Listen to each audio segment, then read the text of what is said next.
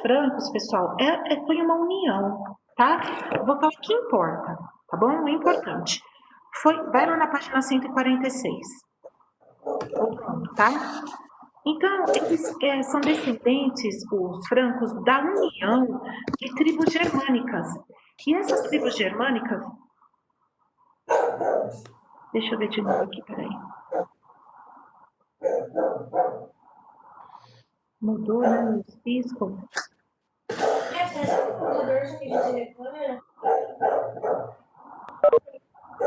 Vem cá.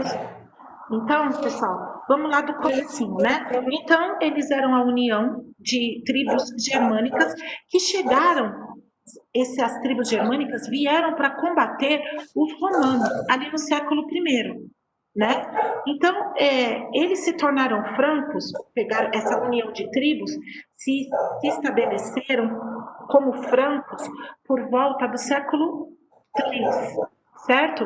E duas tribos germânicas que formavam esses francos se destacaram, que eram os sálios e os ripuários, certo? Eles tentaram se instalar, eles viram que não dava para ganhar dos romanos, então eles tentaram fazer uma amizade com os romanos, instalar no Império Romano, mas os romanos não aceitaram eles.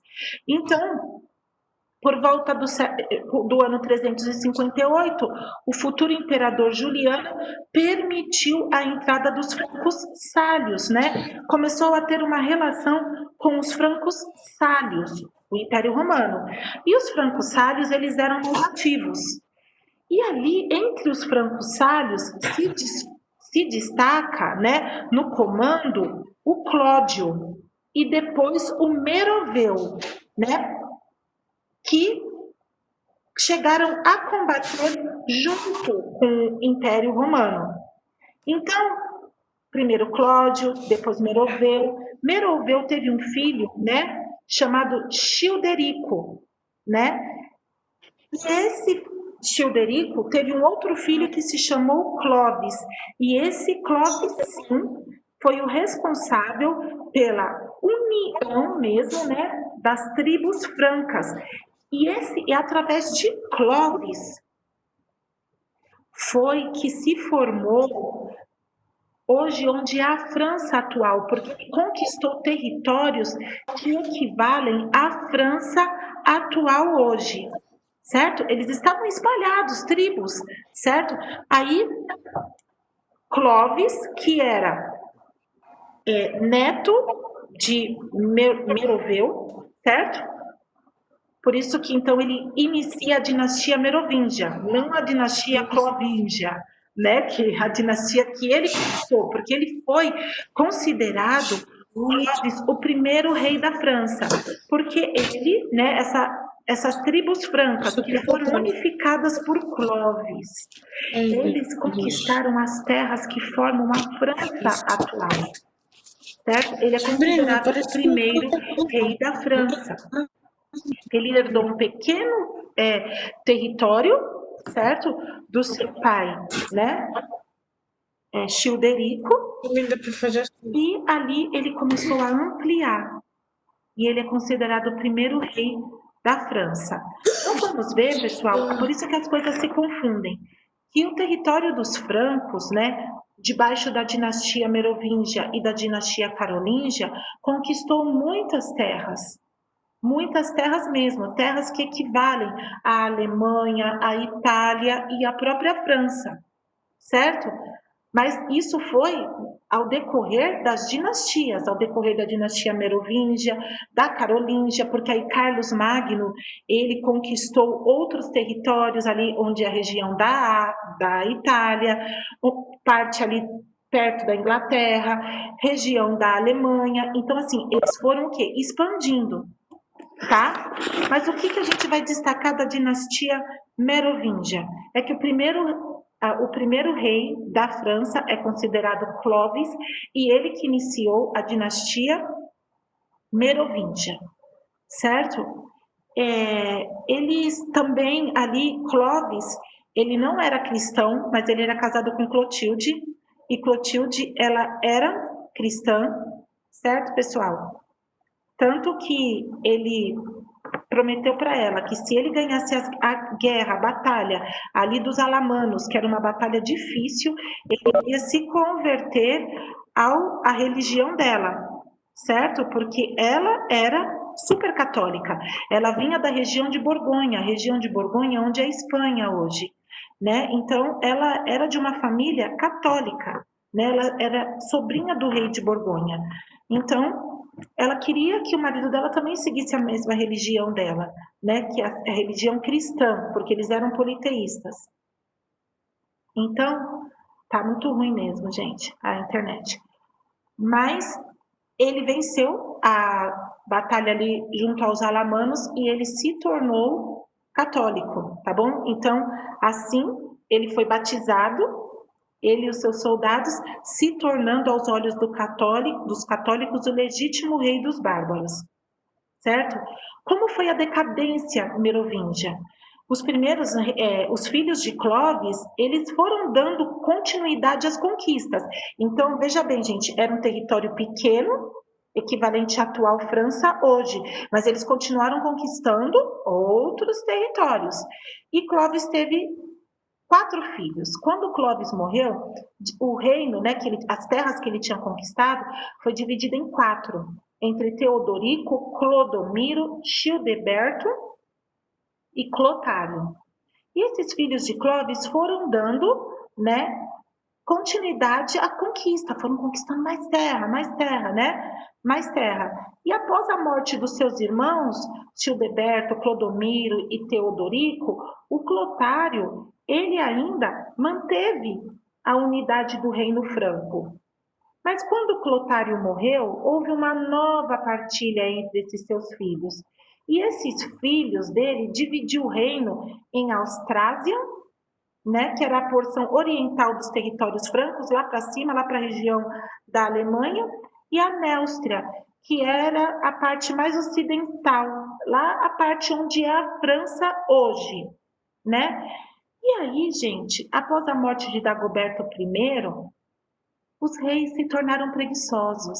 Eles instituíram mordomos, que eram chamados de mordomos ou prefeitos do palácio, e eles não queriam saber de governar mais nada. Eles só queriam desfrutar, e o governo do império ficou na mão desses auxiliares, desses mordomos do palácio, desses prefeitos do palácio, certo? E o pessoal lá do reino da Austrásia, que foi dividido o reino franco em Austrásia e Néustria, esses mordomos ali da Austrásia, eles começaram a se destacar. E aí começou a decadência, né, da dinastia merovingia, porque os mordomos, eles que eram rei.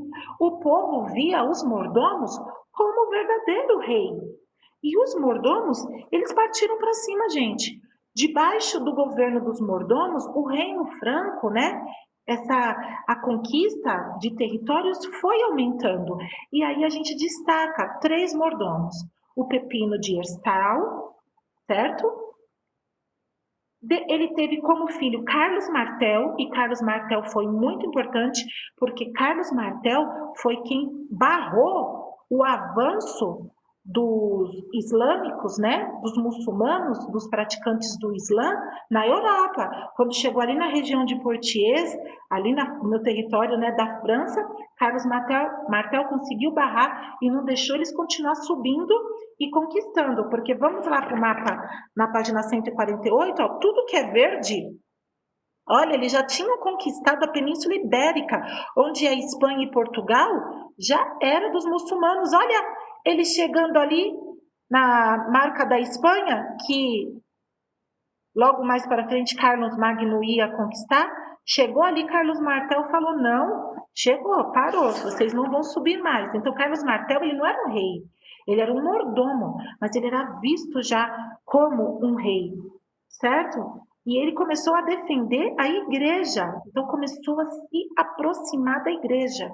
E aí, quando Carlos Martel morreu, quem sucedeu ele foi Pepino, o Breve. O Breve por quê? Porque ele era pequeno, né? E aí Pepino o Breve tirou Childerico III do poder, o último, né, representante da dinastia merovingia, foi tirado do poder, Childerico III, foi o último rei merovingio, e Pepino o Breve foi o primeiro rei da dinastia carolíngia.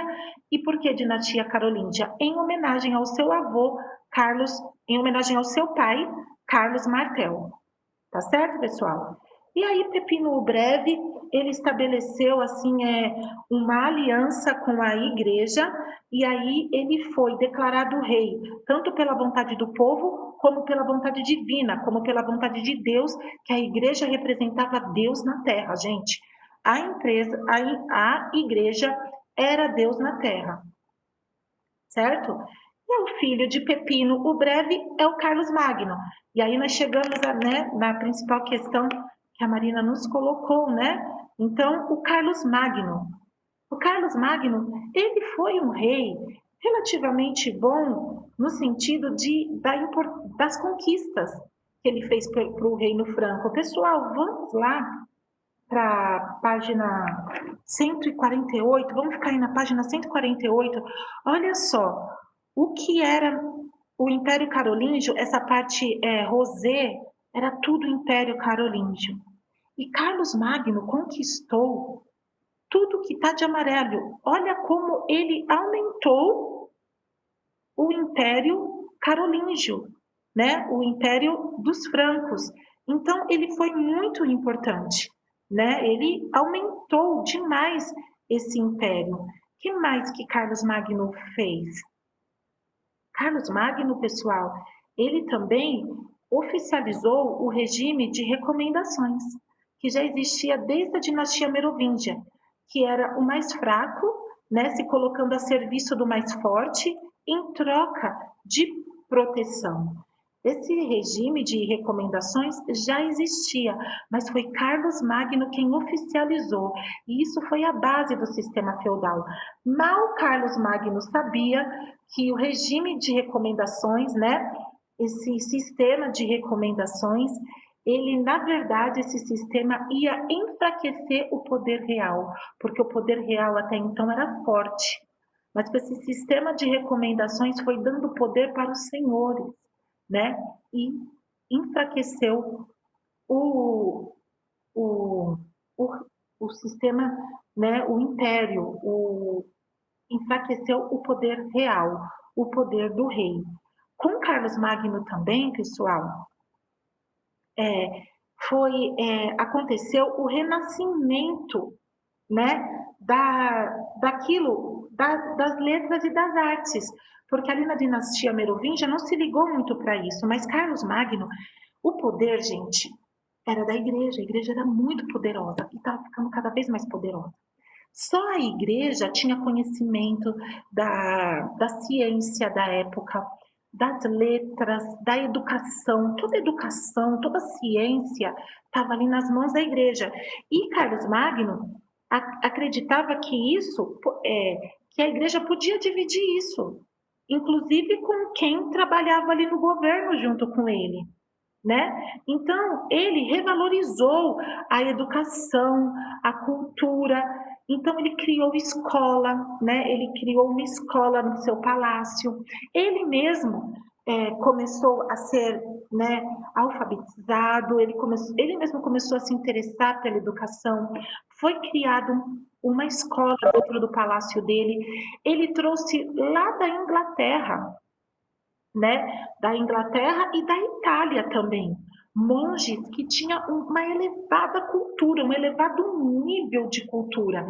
E tem o destaque do Alcuino de York, que era lá da Inglaterra, né? E o Alcuino de York, ele criou, né, ele organizou a criação das escolas e das bibliotecas.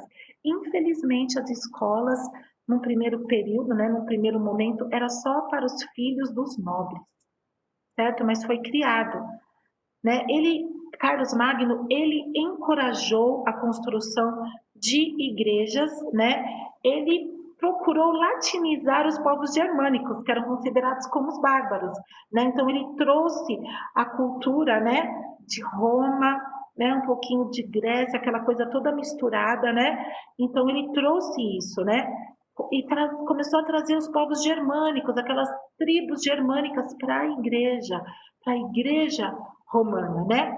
Os efeitos de tudo que Carlos Magno fez, pessoal, de alguma maneira, até hoje, faz parte da raiz da Europa atual.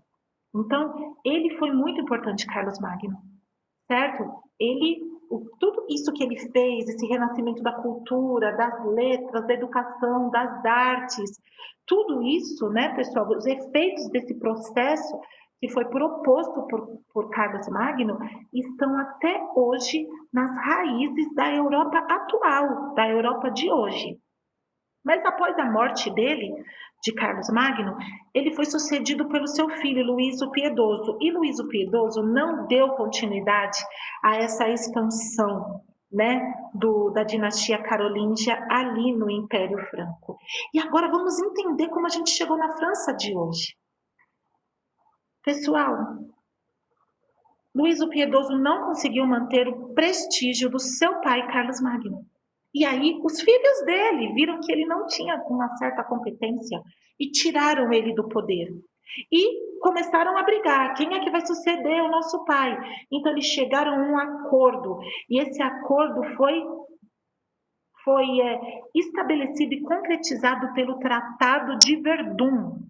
O Tratado de Verdun dividiu o Império Carolíngio em 3 partes. Isso está na sua apostila, na divisão do Império Carolíngio. Grifa tudo isso daí, gente. Deixa isso daí bem chamativo, vai grifando tudo.